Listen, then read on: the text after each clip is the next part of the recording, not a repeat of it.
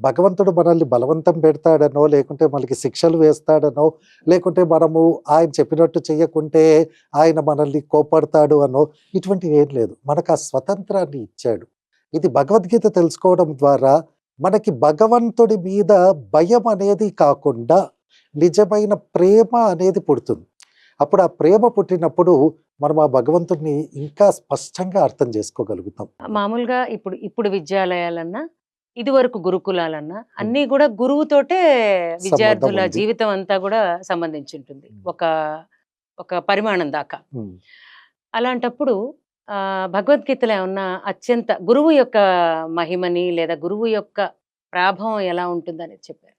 చాలా మంచి ప్రశ్న అండి. ఇది ఇంతకు ముందు అనుకున్నట్టు అర్జునుడు మొదటి అధ్యాయంలో తన సందేహాలను చెప్పాడు. హ్మ్. తాను తెలుసుకున్న దాని ద్వారా ఇది నాకుండే సందేహాలు.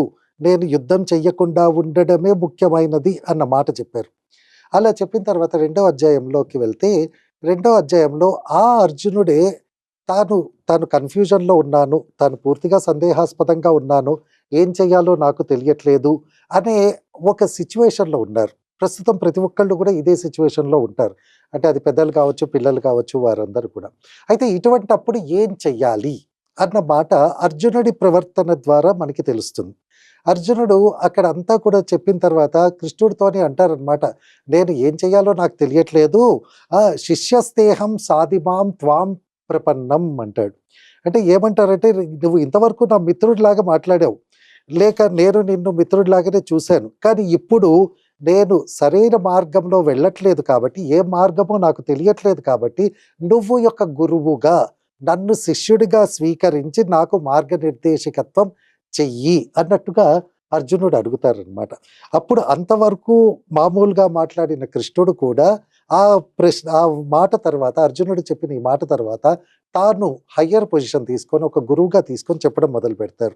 అయితే దీంట్లో గురువు గురించి చెప్పడము అంటే మనకి ఇంకా బాగా చెప్తుందనమాట. ఏమని చెప్తుంది అంటే, కృష్ణుడు జ్ఞానాన్ని తెచ్చుకోవాలి, ఇవంతా కూడా ముఖ్యమైనవి అని చెప్పిన కృష్ణుడు, ఆ జ్ఞానాన్ని ఎట్లా తెలుసుకోవాలయ్యా అంటే, తద్విద్ధి ప్రణిపాతేన పరిప్రశ్నేన సేవయ ఉపదేక్షంతితే జ్ఞానం జ్ఞానిన సత్వదర్శినః అని చెప్తారు. అంటే మనం ఏదన్నా తెలుసుకోవాలి అంటే ఆ విషయాన్ని తెలిసిన వాళ్ళ దగ్గరికి వెళ్ళి అడగాలి.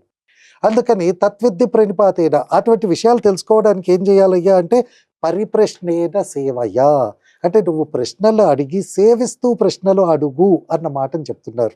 ఎందుకు అడగాలి అంటే వాళ్ళు జ్ఞానిన సత్వదర్శిన, వాళ్ళు జ్ఞానులు, ఆల్రెడీ దాని గురించి తెలుసుకున్నారు, సత్యాన్ని తెలుసుకున్నారు కాబట్టి నీకు సక్రమంగా బోధించగలరు అని. ఇదే మాట మనం ఇప్పుడు ఈ పిల్లలకి చెప్తూ ఉంటే పిల్లలలో ఏ సందేహం వచ్చినా కానీ నాకు తెలుసు నేను ఇట్లా చేస్తాను, లేకుంటే మా అమ్మ ఇట్లా చెప్పింది, మా తాత అట్లా చెప్పారు, లేకుంటే నేను ఆ టీవీలో ఎవరి దగ్గర చూసా ఆ హీరో ఇట్లా చేశారు అని చెప్తూ ఉంటారు.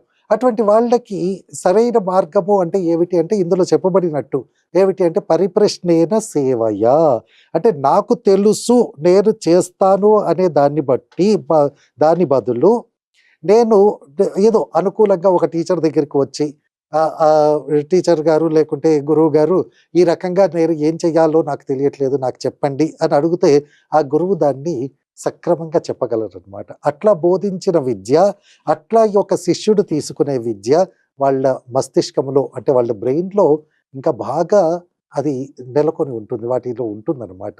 అది వాళ్ళకి రేపు చాలా పనికొస్తుంది.